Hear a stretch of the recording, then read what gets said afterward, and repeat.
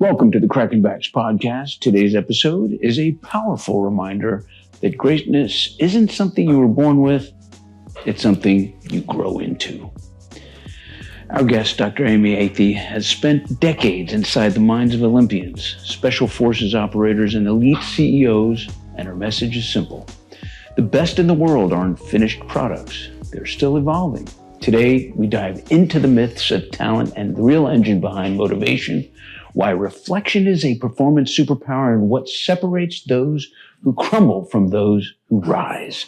If you want to train high performance, this is the episode. Let's get into it. Welcome back to the show, Dr. Amy. This is three times. Hey, we're so excited to see you again. And thank you for bringing that beautiful smile to our show again. Thank you for having me. I'm not even get two words out. I'm going to be cracking up. You know what? That's the whole point of our show. You are part of our family, and we're so grateful to have you back. And today's topic is so freaking cool. We live in a world obsessed with talent, and we celebrate the prodigies. We talk about, especially with the U.S. Open just recently, and the naturals, the born winners. You've worked with Olympians, special forces, CEOs, people we assume are wired differently.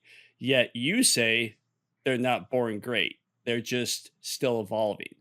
So let's start there. What does still evolving really mean?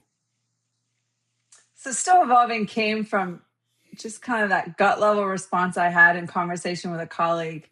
He asked me, he was like, you've worked with these elite performers who've done just unimaginable feats, right? Jumping out of planes, rescuing, Captain Phillips, or the Osama bin Laden raid, or making the Olympic podium, or Rose Bowl championships, or national championships. So what would people be surprised by? And gut just right out of my mouth, I was like, they're like you and me. Let's not forget these are human beings. And so we have a lot more in common than one might think. And yes, is there grit involved? Yes, is there natural talents involved? But really, at the end of the day, after that gold medal or an amazing mission accomplished, people wake up and they're asking themselves, what's next? Where am I going? What's the next step? Because none of us are perfect. There's always room to grow. And more importantly, life is so dynamic. There may be the next punch to the gut, or there may be the next thing to look forward to and celebration in our journey. So still evolving really refers to that process that I have found really across performance domains, the lessons and tools that those elite performers use as they go through their journey or pursuit of their craft. And there's a lot of commonalities. And I think just because you and I'm not going to hit a podium anytime soon. I'm certainly never going to become a Navy SEAL.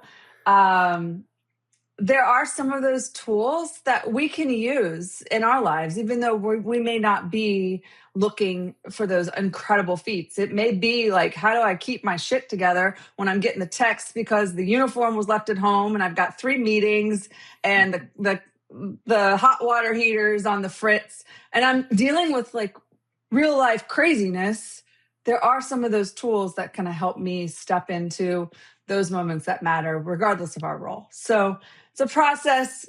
It drives down to some strategies and tools that can help all of us live our lives more fulfilling, more optimized, and sustain that over time. So there's always a misconception about those prodigies and people that are so super talented. And for an example, I want you to think of some of the myths and misconceptions that you could share that the average person believes about these rock star level people. What I've noticed though is one misconception is that is the fault of that elite performer is that they think they're elite in other areas where they're not. And Yeah. And I'll bet you Dr. Terry is going to vouch for this one.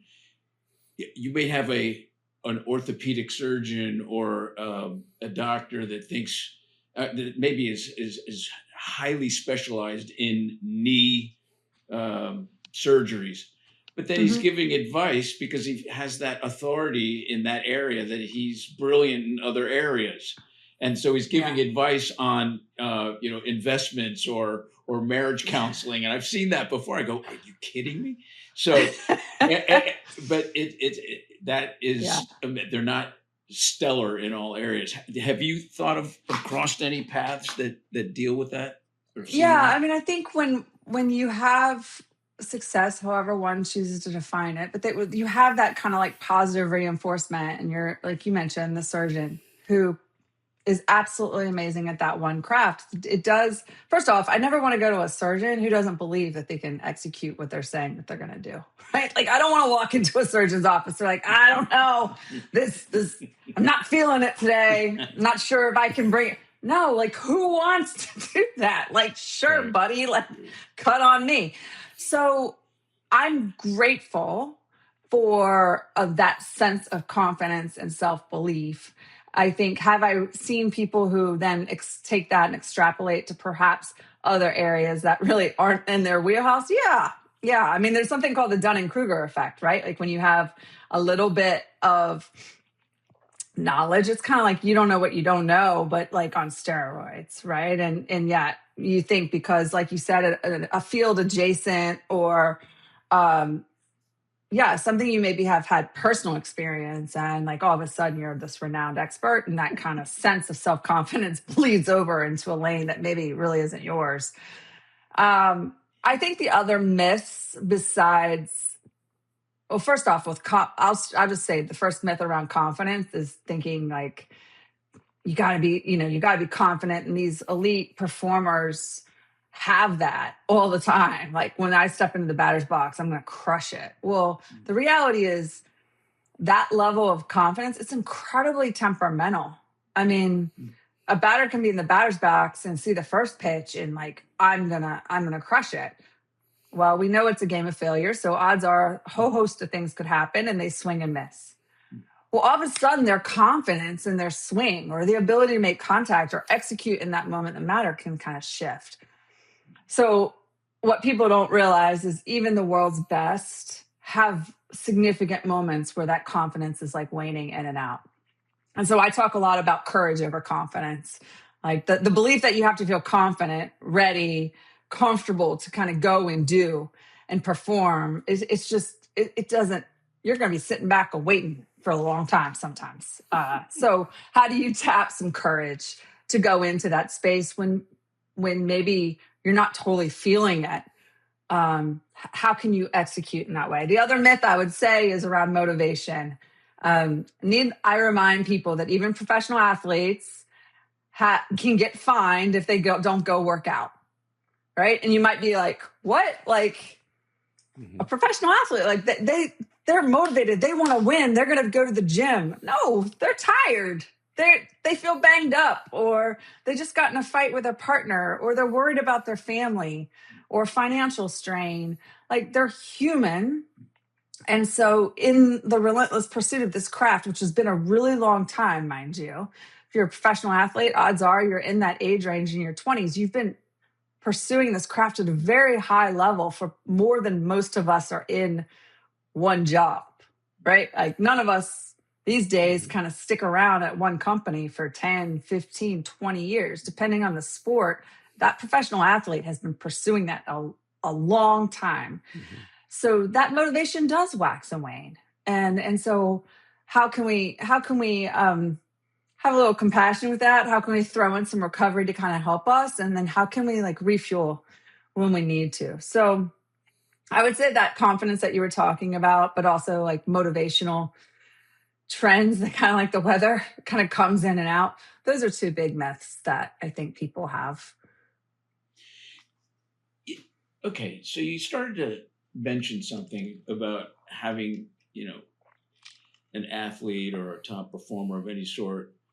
They've worked for decades, or of such a period of time on their craft. They win medals, they get awards, they, reach a pinnacle.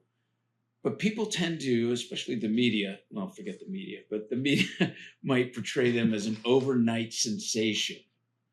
Yeah. And, it's interesting because, you take, we could even move away from athletics. And I recall a story about the band, Santana, the band that, Black Magic Woman, that old song.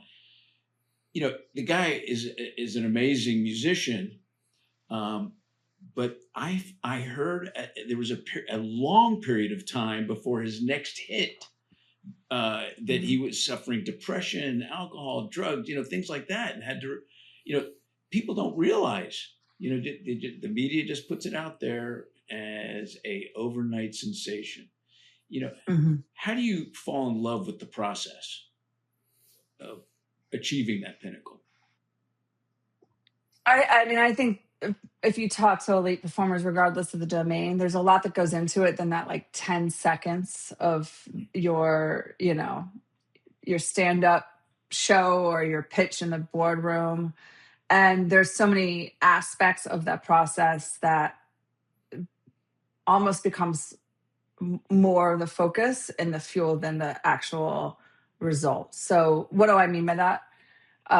If you talk to, for example, you talk to special forces, so elite SEALs, they'll tell you, I'm doing this for the guy to the right and left of me. And what's hard about transitioning out, retiring, or even stopping that in that role is not because of they were hoping to get the next mission handed down or the next amazing training opportunity. It is leaving the connections and that village. You see that in sport. You see it in corporate teams. You see it in the community where people shift out of that role, and it becomes the journey that is the collective that becomes so powerful and so meaningful and fulfilling, sometimes more so than, the medal around the neck. I think the other piece of how do you get through that grind and that process, I think Scotty Scheffler that interview went viral. You ask yourself, why did that go viral? It's because he was so real and talking about, yes, is there an exhilaration that comes from winning a championship? Of course, right? Of course, that high is amazing. It doesn't last long. In full disclosure, one of the greatest highs of my career working in NCAA sport was when I was part of the staff supporting the Oregon football team when we won the Rose Bowl championship. And I was on that sideline. And when the game is over and that you see the guys flood the field, that is an amazing high. To see those young men celebrate, coaches too, and knowing all that went into that, it is a high. It's a hell of a high. And I could relate to Scotty Scheffler's interview when he shared and then maybe it lasts maybe 10 minutes. And for me, as in my role as a performing in that staff, there was then a relief. You know why? Because I get to go back home with my two girls who were 3 and 5 at that time and had worked every, like the rest of the staff and the guys, we had been there every day since camp in August. So I think getting through the grind, having those connection points really is at the end of the day what is the agent of change and growth and maybe hitting some of those goals and the results along the way. But that's the fuel. Yeah, it's always keeping that image of what's important to you. Mm-hmm. The why, they often say. Yeah. What's your why? And in any area.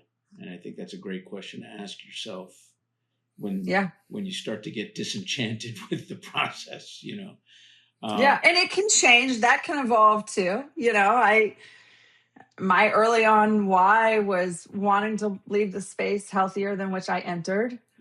And then when I had 2 girls, now it takes on even a deeper meaning. I want, especially young girls and women, to be able to have their journeys and however they choose to dream and make that in pursuit of that a healthy one. So it evolves over time, but not losing sight of that. I totally agree.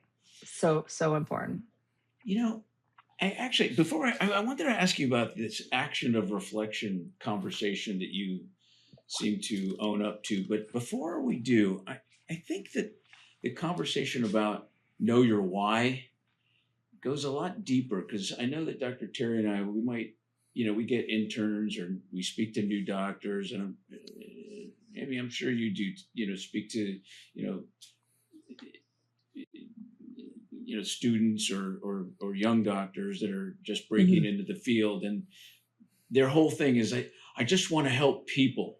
I just want to make the world a healthier place, but that's really not your why. It's a lot. I think it goes a lot deeper than that. And if you could, I mean, really deeper than that. Like there's a self-gratification when a patient turns to me and says, man, I feel better. I've shaved off like a 0.5 seconds from my sprint time, giving something, it's really, I hate to say it, it's about me.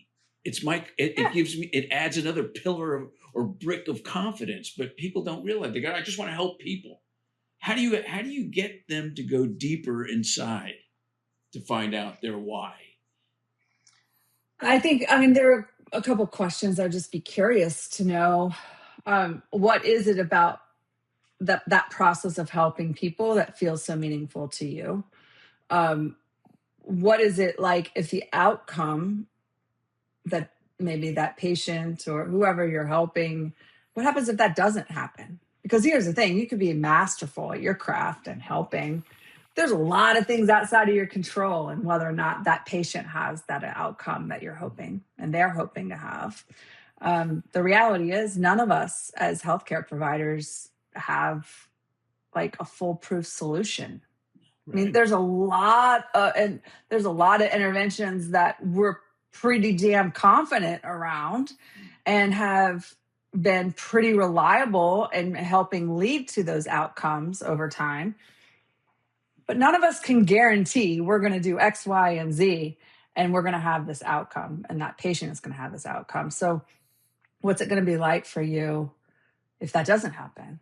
And even if that result isn't that the end state you're desiring, what else might be impactful about that experience of helping for you? And try to see or like bring out something else about them and their role in doing it. I mean, people are motivated by a lot of things. Like, yeah, people are motivated in helping people. There could be some underlying, like, deeper purpose. Maybe it's a connection to something bigger than themselves, driven by like their belief in their certain faith, or spiritual connection. People are also motivated by profit. So I'm kind of like referencing 4 Ps. My good friend, Dr. Rob Fazio, has in his work. But people, purpose, profits, yeah. It matters to some people. For some people, they get into a helping profession as it's a vehicle for entrepreneurship. And that's okay. And then the reality is that, yeah, some people like to be in charge. Some people like that 4th P of power. I hope they use that for good, right? Like, sadly, we have examples in history and even in our current society where people in power, one can make an argument that that's not really, it's more self-centered or power, but people can use that influence or that power and that motivation that can help sustain the grind.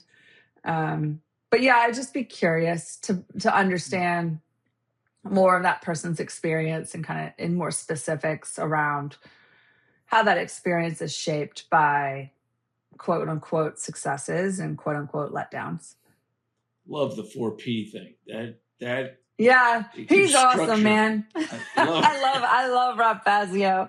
That is really, really good. I love giving structure to a conversation that could be very abstract, but thank you for that. Yeah. It's a good way to check in to see where your head's at, Yeah, and there's a blend, like for all of us, and that also changed. I remember coming out of grad school, taking on student loans. I just want to help people, and then I'm a mom. I got to put 2 kids through college. I'm like, holy shit, money does matter. Like, it shifts. Yeah. It shifts. Yeah, that is great. That is great. All right, back to action of reflection. What does that Yeah. What does that mean to you, and why is that important? I think across like leadership development and the conversation around high performance, you will commonly hear the power that comes from reflection is so critical in being able to optimize one's performance. What I think sometimes gets lost, I mean, even the names, right? Like, oh, we're gonna do an after action on this XYZ performance incident. Depends on your performance setting, how they describe it. Some places will call it debriefings, right? But when you do an after action, let's not forget that the key there is action. Otherwise, it's just like an after reflection, and we can kind of kick around and have this academic intellectual exercise walking through the facts of the situation, XYZ performance, maybe lessons learned, what we would have done differently, what we want to continue doing. But then what? Did we just check the box for some HR exercise? And yeah, we went through and we did our after action, but it's really an after reflection unless shit changes. So what are you taking away from that? And when you're working in a team or system, also have an appreciation that like you're not going to radically shift and upend things. Traumatic events can, I should say this. Traumatic events can really upend systems very quickly. I mean, look at COVID. Bam. Whole world. Shit changed on a dime. But that was a global pandemic. Like that doesn't happen, hopefully ever again in our lifetime, right? But so what are you going to take away if you're in a team or even you're an individual contributor or individual performer? When you do the reflection and you think through what's something I want to keep doing that seemed to help in this case, what's something I want to do differently that would kind of optimize my performance further, the question is, then there is your target of action for the next morning. When people ask, like, what's your performance goal for the week? You have it. This is the thing I want to keep doing. This is the thing I want to do differently. It's very narrow. It's very actionable. And how can you build your individual or team system around so that it's implemented and it just doesn't get left for like some intellectual compliance exercise? I like the idea of setting the goal. Do you facilitate structure for someone to come up with a plan for the day or the week or the game or the process of if they're getting prepared for a New York Marathon, which is coming up, which you train months in advance. How do you? Because our audience would be curious to do the goaling process. How would you tell them to start that? I start with the reflection, actually. So you can do it on a micro level, like this. You're training for the marathon. You had a run, or maybe you had a lift, or maybe you had a recovery day. Whatever it is that you've built out in your program that if consistently executed, puts you in really good position and preparation to be ready to run the marathon. So on a micro level, I would ask yourself, again, that balance critique. I keep it really simple. Otherwise, like, it's just, our lives are so full to like throw in worksheets and like a lot of like, honestly, like just time. Our lives are full. So when you're driving or you're waiting in line for the kid pickup or you're you're on your wind down routine at night, ask yourself, okay, so XYZ is what I engaged in to prepare for this marathon. And so what did I do with that today that I want to keep doing tomorrow? What did I want to do differently tomorrow? So it may have been something like I had the long run today. And one thing that I used to really get there, you mentioned why, is like when you hit and you had to dig deep. hey, I noticed like I started remembering why I set out on this in the first place. Or maybe I didn't remember it in words, but maybe just kind of all of a sudden I started humming along to that song. And that song just helped remind me, like, yeah, I'm doing this.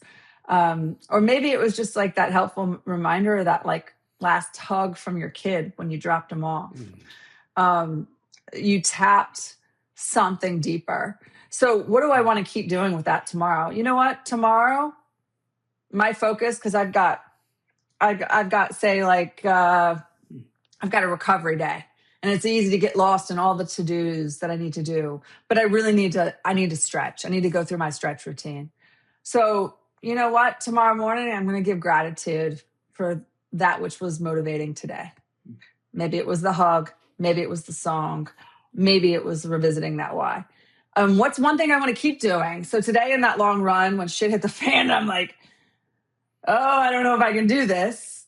You know, what I noticed is that inner coach conversation. And we all have it. And our inner coaches have been trained up from a lot of different sources in our lives, positive and negative. The good news is our coaches can all be trained up. Professional coaches go get trained up. And some professional coaches even get fired. So when the shit hit the fan in the long run today, I noticed my coach was less than ideal. And what I really needed in that moment was challenge. I didn't need to hear criticism. I needed to say, no, we're doing this. Shut the hell up. Move. Just 1 foot more. Move. And a challenge. Maybe you needed your inner coach to be more supportive. Maybe you needed your inner coach to be more instructional. Keep form, cadence of rhythm in your gait or your breath. So your goal next day, what I hear is there's a gratitude of what keeps you fueled, a focus in that morning, just a healthy reminder, or maybe when you're doing your stretching. And that, you know, sometimes to get through your stretch routine, you're going to have to inner coach yourself up, and you're going to have to remind yourself, nope, get this shit done. We're not messing around today.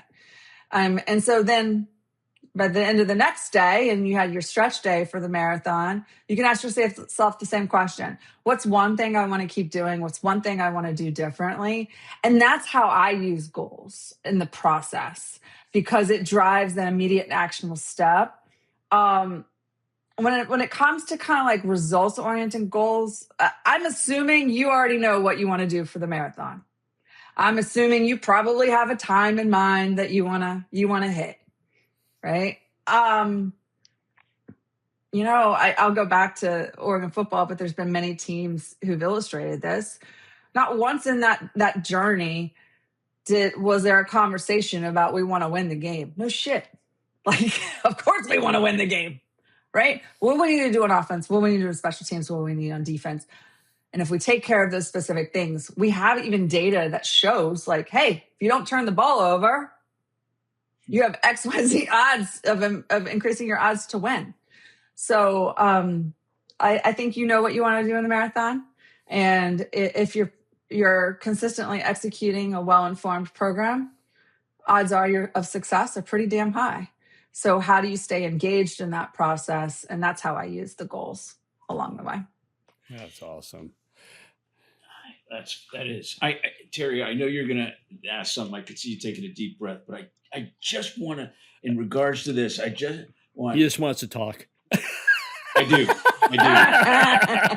I want to find out how you determine your inner coach, because for me, it is, I need, hardcore, heavy metal music, or like a commander, someone telling me, get your shit together. And I remember in high school, one of my favorite coaches, we were dragging our ass on the floor trying to run for miles for wrestling practice, and he would be right alongside of us chanting, gotta go, can't stop, gotta go, can't stop. I say that to this day, and I still get goosebumps thinking about it.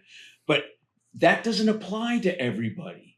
Because I mean, my girlfriend Karen, she needs something more subtle. And if you get in her face, that gives her bad memories of something. Oh God, is she still dating you? Yeah, believe it or not. Because I figured out what her inner coach is like. Had to be slapped down a bunch of times, probably. You notice the difference in that, I mean, obviously, because when you're talking about it, you're like, you sound like a coach, like a football coach. Yeah, that just depends. It just depends. How do I determine it? I just start asking people. First, start off with, I just unplugged my computer because, You're still there. That's what I do. I'm a mess. So, I ask people, and I start with a question before I even get to the whole inner coach, self-talk, however you want to frame it, dialogue. I just ask them, like, what's your ideal coach like? And reflect perhaps on those life experiences where you had a coach, maybe like you in youth football, or youth sport, performing arts.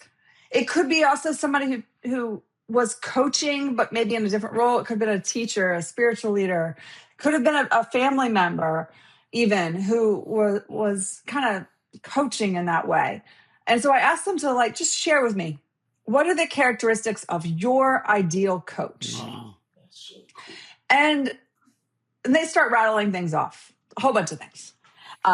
In general, the answers usually fall into a number of different categories. 1, they're motivational. 2, they're supportive. 3, they're challenging. Or 4, they're instruction, the instruction that comes with it. Right? Yeah. So, but here's the other thing. When you think of your ideal coach, it's not just that content that they're coaching, but it also depends on the situation. When you first learn how to hit a fastball and you're hitting off the tee, your ideal coach probably comes in the form of more instruction, maybe more support, maybe a little motivating or challenge to try to get you to consistently rehearse. But we're also understanding of how we acquire skills. So when you're first trying to learn to hit off a tee, we're not expecting you to crush the ball. Or when you hit first the live pitch, we're not expecting you to crush the ball. Now, at some point, there's a certain level of understanding that comes with the skill acquisition that you know what you're doing, let's challenge you. And that's where your coach was coming in. They knew at that point you could run the mile or whatever you were doing in your training. But your ideal coach knows not just what to say, but understands then the fit of when they're coaching. And sometimes the best coaches, Coach Jerry Azanero, I worked with, he was a defensive line coach. He wouldn't, his mouth wouldn't stop running in practice, but it was amazing. And I would talk to him about it when you saw him on the sideline of the game. He was like, no, I've done my coach. This is for them to let out, which I just put in. So you have to think about what you are doing, what you need to be the coach to be saying. And then the other thing is sometimes your coach just needs to shut the hell up. You don't need your coach chirping. Do you really want your coach chirping on your ear as you're writing your essay? No, shut up, dude. Let me write the essay.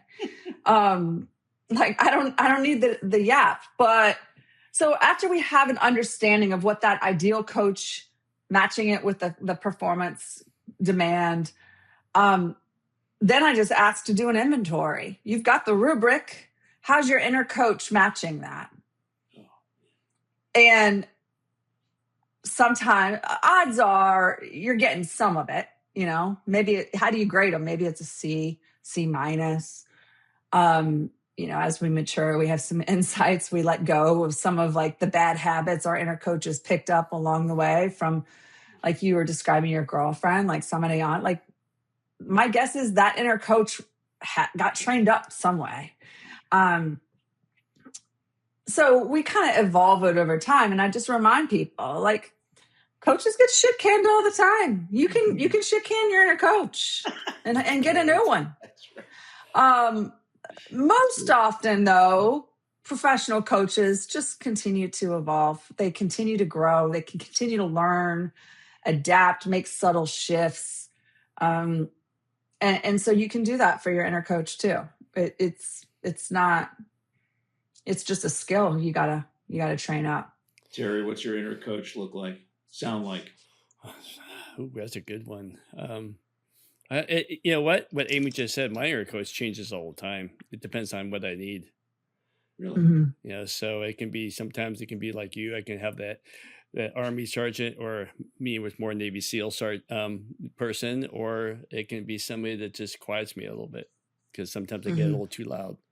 So I think Yeah. it evolves constantly, but that took time and age and wisdom to get to the point where I had to have more than one coach. Yeah. Depends on the Yeah. scenario, I guess, right? Totally. Look at football. You're using those analogies. You don't have just one coach. You have an offensive line coach, you have a defensive coach, you have a quarterback coach. So I think it all depends Mhm. on what position you're in, and what position and where you are in your life, and what you need. And based off of that, I want to ask a question. When we first start in a business, or we first start in a sport, we're highly motivated because it's new, it's exciting, and Mhm. we're so motivated. But in time, we get beat down, and that motivation fades. And you Mhm. mentioned Sky Scheffler's great speech, but there's another great speech by Kobe Bryant that he talks about Mhm. motivation, and where he was in his life, and would he change anything, and all that kind of stuff. So when we're beat down, multiple injuries, that whole, it happens not to me, it happens for me, and we get beat down, it's really hard to keep motivated. So what's some of your tips Mhm. to keep motivated once that initial motivation fades, to reach that first 80% is easy, and sometimes the first 90% is easy. How do you stay motivated in that last 10%? Yeah, that's a great question. I mean, I've worked with so many people who have achieved kind of quote unquote success, however they define it. They made it to college level, where they made it um, to get drafted, and they'll talk about like how motivating it was, because they heard the negative, like you can't make it, or you're too small, or you're not fast enough, and they describe that as motivation. And what I would describe that fuel, what I would say, and why you see it kind of like when you go 80 to 90% and then it kind of waxes and wanes, is that's the spark, and that like gets things going, and gets you moving, and like, I'm gonna start this business, right? And the spark is driven, so that I just launched my own firm 2 years ago, right? It's the first time I'm taking on this new challenge. I'm learning a ton, um, and it's all exciting because it's kind of fresh and new, and I love challenges, I always have. And so you do have that spark, and then like you said, you get punched around. For me to keep it going, is that's first and foremost where I find the power of connection. um, we talked about the inner coach, which is important, um, but nothing we nothing helps with the antidote to the stress of being punched in life or in your pursuit of your craft, like the connection or the relationship connections that you have in your life. Maybe that's your partner, maybe that's your parents, maybe that's your best friend, brother from another mother, like your teammates. That is the first place I would say to go. And while I love this digital space, no, that doesn't come from sending the digital communication, however, whatever platform that may be, DMs, texts, snaps, whatever. No, get out and go sit down with somebody and be real. And it's amazing to me when, like, I'll just relate my own journey just in the last couple of years. The same thing, the spark out of the gate, things are moving. Start writing a book, and then you start getting punched. And in that book process, I put it on the shelf for like, I don't know, 6 months or so, disillusioned because of shopping it around and some of the feedback. And I had heard this, like I've worked with tons of authors in the past, like coming out of this industry, and I had heard the impact, but until you go through it, you're just like, shit, like, what am I doing? I can go take an internal job. Like, what am I doing? And had it not been for the people around me to help, just, pass the baton a little bit for some of that emotional weight, like yeah, it wears you down. So the first way I find that kind of refuels me and helps me to re-engage is kind of tapping the supports around me. I'll give a shout out to Tom, my partner. And um, even though his challenge sometimes, I'm like, I know, I got it. And it gets, it can like rip me the wrong way, maybe in that moment. At the end of the day, I'm so grateful because he wouldn't be challenging me in that way if he didn't see something that I couldn't from the weight of what I'm in. So reaching out to people, it's not just supportive, but it helps you just with another lens to see things and shift your perspective. And sometimes it's that subtle shift that then illuminates a new path of action. I try something new and then I get like more momentum going that way. So it's just huge. That's the first place I would say. Let me follow up that with a different aspect. You got the athlete who worked his whole life and then he retires and he's like in his 30s. You got the actor that was an A-list actor and now he's hasn't gotten a film for a long time, so now he can't even get a job as a C actor. You have the musicians who used to open up for major stadiums, now they're playing at a fair, or you've got the businessman who's about ready to retire and he doesn't know who he is anymore. We always hear somebody asked me one time who I am, and I goes, well, I'm Dr. Terry Wine, my chiropractor. He goes, no, that's what you do. Who are you? And so how do you handle those people that the motivation is gone because their identity was part of that motivation for so long? Yeah, I mean, you're getting right at it, right? Like the lack of motivation or the waning of the motivation really is just kind of like a symptom of the underlying where they narrowed in on this as their identity as an athlete, as a business person, as an actor, a musician. Now, what's interesting is that I could argue in some of those examples, aren't you still a musician, even if you're playing down the road at the club? There's something about perhaps just that creative outlet, the artistry, perhaps it's the connection with your bandmates that is still meaningful. But I do hear what you're saying. If the identity gets loaded so much solely on what you are doing, we lose sight of like all of who you are. And you just nailed it, right? Like you are a son, you are a parent, you are a partner, you are a friend, you're a business entrepreneur. Like there's all these different roles and identities that shape you. And so the first thing I do is like, let's just kind of take a step back and like look at that. And which of those are so fulfilling and meaningful for you? And even though this one lane, take athlete, for example, we have a lot of examples of athletes who started out one sport, but end up pivoting at others. Like I'm reminded of like Andre Agassi playing pickleball, kind of cracks me up. But like, I mean, he looks like he's having a damn good time, and he's never going to be back on the men's circuit again, playing tennis, but he's having a damn good time. And maybe other business people who, they retire as CEOs, but the joy that may come through their nonprofit or their charitable leadership in their community. Some I've heard like that actually meant more to them than like, they hit 7-figure X, they drove growth, they had an outlet, an exit, or took a company IPO, but like actually coming back and seeing the impacts that were made through a charitable role of leadership was really meaningful. So I do think there has to be like reflection and like kind of conversation and awareness building around all of who we are, not just, I'm a mom, I'm not just a psychologist, I'm not, I remember that transition when I was done playing myself and someone challenged me. I was like, I was an athlete. And they're like, no, you're still an athlete, right? Like my mindset is that of an athlete. I'll get pissed off when I can't play hoops anymore, or if I feel it in my back, which I still do all these years later.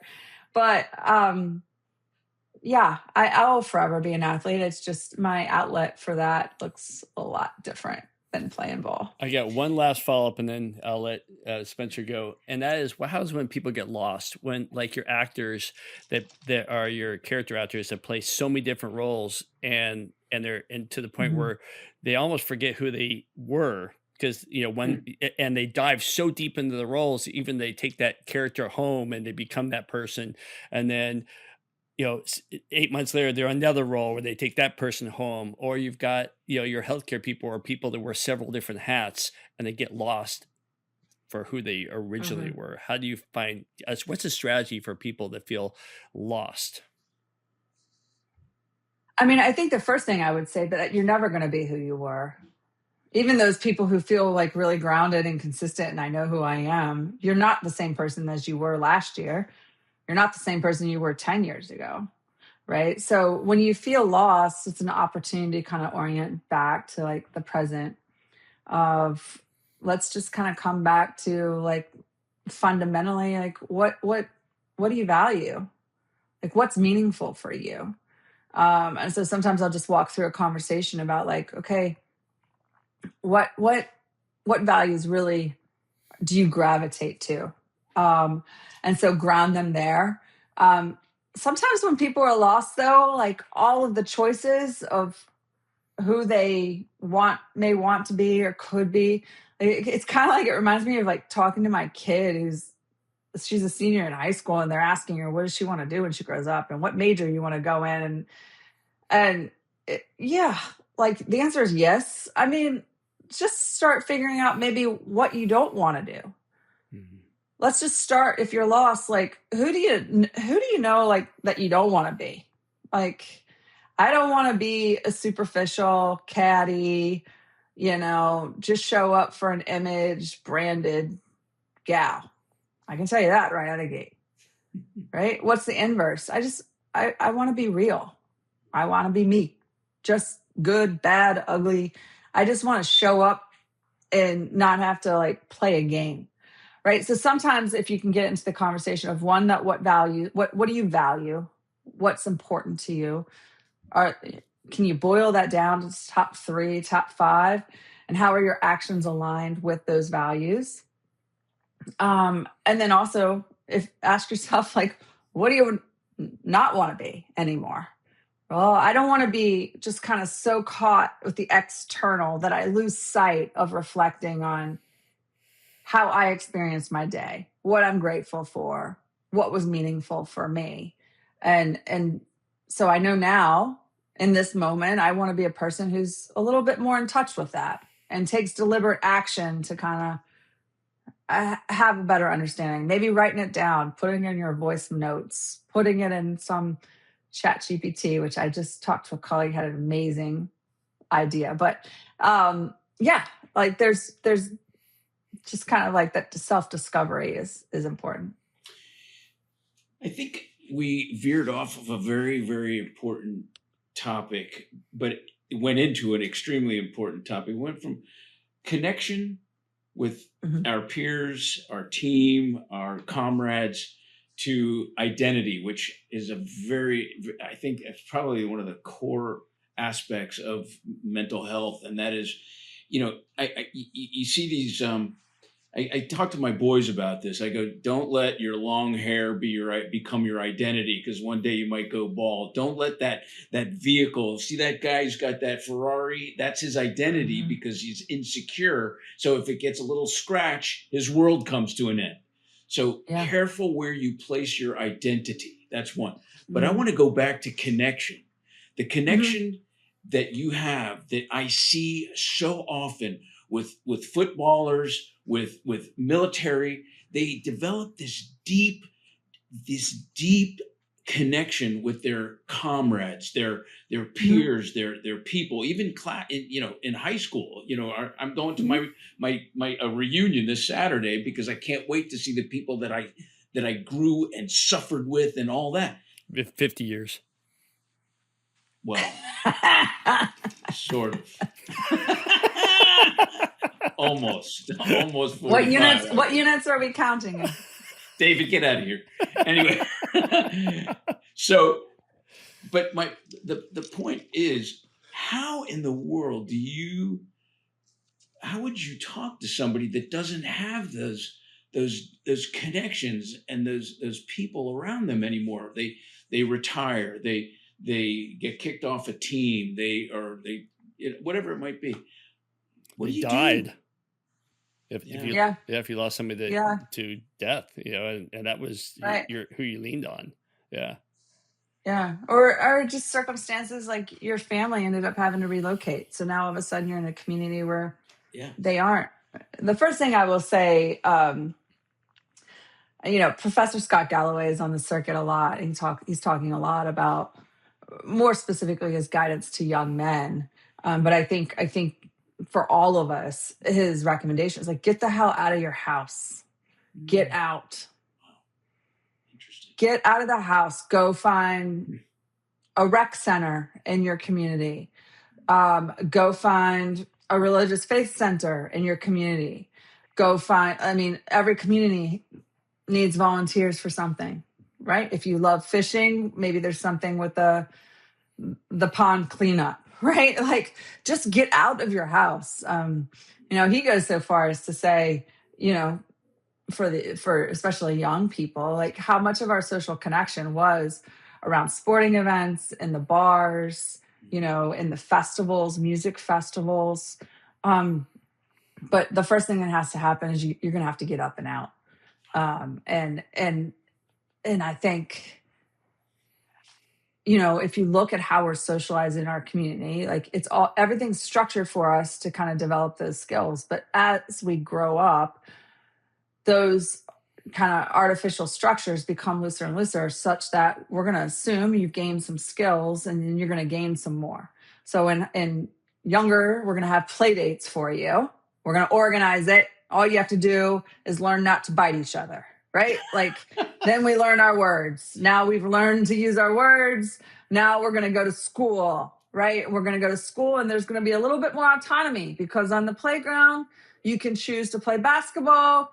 You can choose to kind of hang out and play foursquare. A little bit more autonomy to, like, figure out how to be nice and kind and respectful. And then what happens? Well, before you know it, we're in high school, and God help you, you're driving, right? More autonomy, less structure, but we're learning how to relate and connect. For those who choose trades, for those who choose college, like, again, less structure, more autonomy. But the moment, like, we stop growing into that, leaning into that journey, and, like, putting ourselves out there in a little bit another way that's not comfortable. My kid last year, her freshman year in college, she was hella homesick. And she learned that, like, some of the friends she thought were her friends woke up the next day, they weren't her friends, right? Because guess what? There's some mean people in the world. Shocker, right? Like, but then now her second year, and she was hella anxious going into it. She's like, I don't know if I want to do it. I was like, I know. I was like, and you have heard from so many people, the second year is a lot easier than the first year. And sure enough, now I'm just trying to refocus and reminding, like, midterms are happening. Like, let's focus on midterms. But it's because you started becoming a little bit more comfortable with being uncomfortable and getting out and connecting with people. But soon, she'll be out of the structure of a college environment, and she'll be in a city where she may know a couple people, and she meets some new people at work and then goes home. And the worst thing we can do is just kind of sit back where we're most comfortable. So get up and get out. So thank you for that. I'm thinking about what COVID did to isolate people. And I'm thinking about what, some of those people that wanted to work from home, they lose all that relationship of being in an office with others. And, whether you hate your coworker or love your coworker, it's still building your character, and when you're at home, you don't get that anymore. So you got to have it somewhere, right? Like, if you're working, and, my brother, he worked from home long before COVID, right? And we used to talk about that. And he used to talk about that. Like, in some ways, the pluses are amazing. He talked about he was much more productive at home than back in the office. The downside is much more isolated. Those organic interactions that really facilitate that trust experience between people, like you were saying with coworkers. You don't have as many of those opportunities. And so he talked about how within his community, how important it was to find other ways to get up and to get out. If you don't have it and you're working from home, I hope you're finding it in other ways in your life. Very, very cool. So here's a thought, and we all have a friend or a patient or someone we know that is talented or beautiful or handsome, whatever it is, and you compliment them. Are you talking about Dr. Terry again? He is. Oh boy, he's so handsome. Go ahead. Thank you. I appreciate you. Love you too, buddy. No, okay. And you're tall and bold. And you're a liar. So so this is a perfect example because he embraced, whether he was kidding or not, he embraced my compliment. How many people go, oh no, I'm ugly today, or oh no, right? What the hell do you do with those people? Because I had 3 of them yesterday in the office. Or before you answer that, Amy, how many women do you go, I love your shoes. Oh, I got them on sale. And we get this dissertation of where they got them, how they got, oh, you really, and I go, just say thank you. Right, or you look nice. Say, oh, this dress, I got it here. This is an old dress. And I get this whole entourage. I go, just say thank you. Downgrade the compliment. Yeah. Talk to us about that. I'll be real with you. Like, it's something that I've personally had to work on. Really? Yeah. Yeah. All right. Fair enough. Yeah. I think, I think just depending on like the experiences you've had in life, like in some situations, I would say like in some situations, I didn't want to come off as, what's a good word? Like cocky? Arrogant, I guess. Yeah. Cocky. Yeah. So I think for me, I have been so blessed in so many experiences. I don't ever want to lose like a grounded sense of humility, like piece of it. And so there was something for me in my journey. Now I'm getting into my bullshit, but I'm just saying like there was something like in my work was always behind the curtain, right? Like it was never like this whole world of like being on podcasts, like this is new. Like this is me like being uncomfortable, right? Because I turn down interviews all the time, and I still do to this day. If you ask about specific athletes or specific team, because I didn't run that 100 race, I didn't swim, I didn't dive, I didn't run back a ball. Like I just never. I felt too presumptuous to like, or too self-centered to like take on that. So I don't know. I'm kind of rambling on, but I think for some people, I think, they haven't always been encouraged, or it's never been like fully supported to stand in all that they are and like all that God gave them, all that they've brought in that moment. So whether it's the new dress or shoes or, like, damn, like you're rocking it today. Like, I think there's just still, we have a ways to go in our culture to like fully embrace it's okay. Yeah. To say, yeah. I talk a lot about like celebrating small wins. Like we hear the word no all the time. We're keenly aware. The way our minds are wired is to pick up on the threat. So 75% of our thinking is always going to be negative because we want to be careful. Right. So if you're giving me that compliment, I'll be smart. I'll be like real with you. Like if we were on a staff together, I've been on the road trip with the coach and everybody's having a drink and I think we're holding boundaries and all of a sudden I get smacked on the ass. So the next day, if somebody says, man, you're looking good, I'm like, I don't know if I want to say, all right, thank you. Like, I'd be like, man, I'm just not feeling it today, but thank you. So it's just we still have some room, I think, and assumption of best intention is always like a beautiful thing, like if you tell Dr. Terry, like, yeah, man, you crushed it today, like there's something for Terry to be like, yeah, like he does have my back, and just assume that you're not trying to like, Right. give him hell. Do you think that also sometimes we're wired to always wait for the but?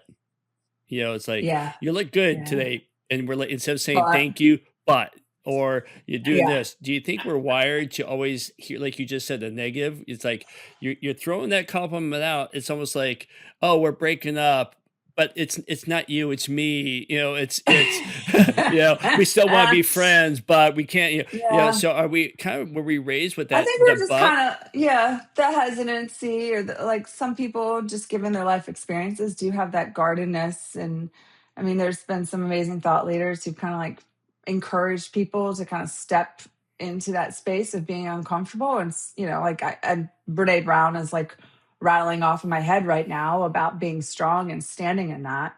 Um, I used, with my kids, like I used to always tell them, show, my kids' names are Maya and Ella. And I'd be like, show off the Maya. Like God gave like all that is Maya. Like show off that Maya. Right. And so I hope, and I think we all could probably, myself included, like be more deliberate in like, no, you're not being cocky. You're just owning all that is you. And that is amazing. So Yeah, it's pretty cool because it's what you teach your kids, man. That it's important. And I've often said to my sons, we'll dissect someone's nasty behavior out and say that's because they're insecure. And if you teach them that at that young an age, so when someone, puffs up their chest walking by you, I'll tell my kid, I go, he is so insecure. He had to puff up himself because he thinks you're bigger than him or something like that. But if you go deep inside and train them when they're young, it's something they can take with them versus if they'll just be who you are. They'll grow up to be who you are. So they'll parrot what you do. Anyway, it's time for our rapid fire questions, Dr. Athey. Are you ready for 5 of them? Let's go. Let's ready? Do it. Question number 1, your secret morning ritual in 1 word. Read. What was that? Read. Okay, that's boring. All right, question number 2. I'm a nerd. What do you want from me?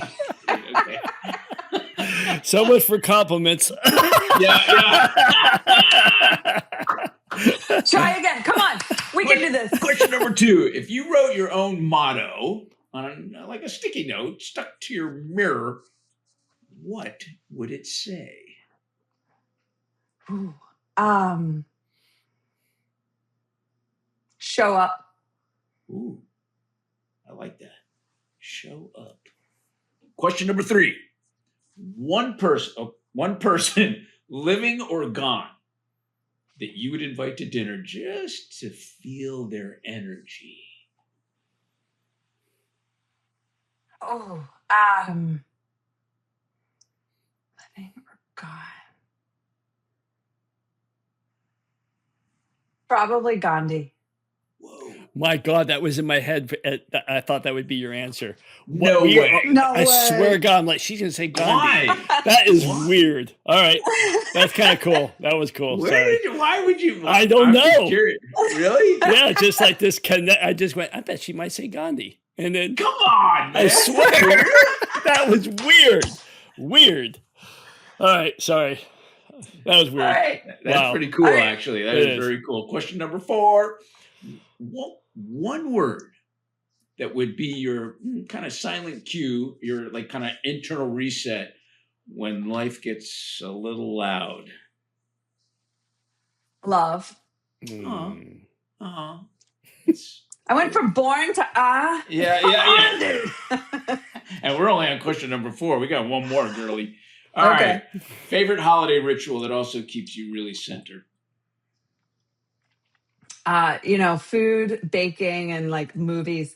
I think of like the Christmas holiday, and I like cooking baking cookies with the kids, watching Christmas Vacation, having a good glass of wine, and having the Christmas lights on. I look Did you forward just every say year. Christmas Vacation? I did. Great movie. I love that movie. That's my favorite Christmas movie. I can't even. Shitter's full. Shitter's full. Yes. Well, we had an RV. That was my wife's favorite statement. We gotta stop. Cheerful. I wouldn't be more surprised if my head were sewn to the carpet. I love it. We could do a whole pod just on vacation quotes. Yes. Awesome. Yeah, between vacation quotes and Dumb and Dumber quotes, we could just fill a whole podcast. Good times. Good Oh, you guys are times. funny. I guess I've never seen that movie, but anyway. You're banned. Have to. Boring. I know. Amy, he's banned. You know, we can't have you back on until you watch. You know, David, that's your mission over the holidays to make sure he watches that. Yeah. I will I'm make gonna sure. pick you. It's on like a marathon on TBS or something. Like one of the channels. It's like always on. Oh, you've got to watch that. It's like the best. Yeah. Oh, it's the best. Yeah. It's our staple. It's our family Christmas Eve tradition. What's the name of the movie? Christmas Vacation with Chevy Griswold's Chase. Christmas. Yeah. Oh, yeah, no. I thought it was called Griswold. It has many different names. Yes. Oh Yes. my So you God. should be able to find it. Yes. Everyone says Christmas National Vacation at the Lampoon's end. Christmas Vacation. Yeah. Griswold's Christmas funny. Vacation. Oh my Yes. God, Spencer. I Yeah, rarely put on the TV, but I gotta Oh, tell you quote movies all the time, so just sit I there. don't watch movies either. But Like that I one. don't want. But this one. That was a this classic. one. You got it. Yeah. Christmas Yeah. Vacation. 100%. That's a classic. Guys, thank you so Wait, much. before you go, in closing, Yeah, you have talk the about mic. the book. I All want right, to know everybody, about the you book. have a book coming out, and I want do. to hear a little bit about this book. Give us a plug. Where can the people find it? They want to hear and read more about you. Awesome. So jumping into that world of uncomfortable, I am very excited to announce that my book, Still Evolving, is coming out in 2026, probably late summer, early fall, but I'm getting kind of a jump start and having conversations with friends about it. You can find out more. You can go to atheyperformance.com is our firm's website, but also on socials, Dr. Amy Athey, Instagram, Twitter. We'll just keep an eye out because we'll be dropping more and more information on it. And really it's taking the lessons learned from these high performers that I've worked with in sport, military, and business, sharing that information back, but doing so through sharing of my own personal and professional journey. So I think it'll be fun. And I'm really excited about the project. Oh, well, you're our favorite performance coach, our Thank PhD. you. You're just like our favorite person. We love you to death, and Love you guys. thank you for always coming on. We might have to have Dr. Amy on for number 4. We might have to elevate her to the top. So when that Well, we have some time, so like your buddy can get on. I don't want to jump rungs if we don't want to upset the buddy. Nah, but you know Who's your what? other buddy? Tell you what, we'll have you back on next year after Dr. Spencer watches a movie, and so we have something that we can talk about. Oh yeah, we have to debrief. We have to- Let's hold him a little accountable. No, we don't have to. We got to get it done. We don't have to debrief. We have to have an action of reflection. Oh, that Well was done. good. And if you're not careful, David's gonna splice some clips, and we're gonna have an interactive show where we show a clip. Because I think, can't you show a clip less than 10 seconds or something? You don't get into the whole royalty craziness. Yeah. Show a clip, and then we would like to hear your reflection. Oh my God, that's scary. The Love pressure's this. on. All right. Well, I'm gonna have the Christmas tree lights on. And- I'm gonna have my glass of red. and the dead It'll be cat great. hanging from the tree. Oh my God, really? All right, on that note, Dr. Amy, you have a fabulous day, and thank you for bringing such a great conversation, great energy, Awesome. and a great smile. We love you to death. We Thank appreciate you. it. Take care. Appreciate you all. Be well. Thank you for listening to today's episode of the Crackin Backs Podcast. We hope you enjoyed it. Make sure you follow us on Instagram at Crackin Backs Podcast. Catch new episodes every Monday. See you next time.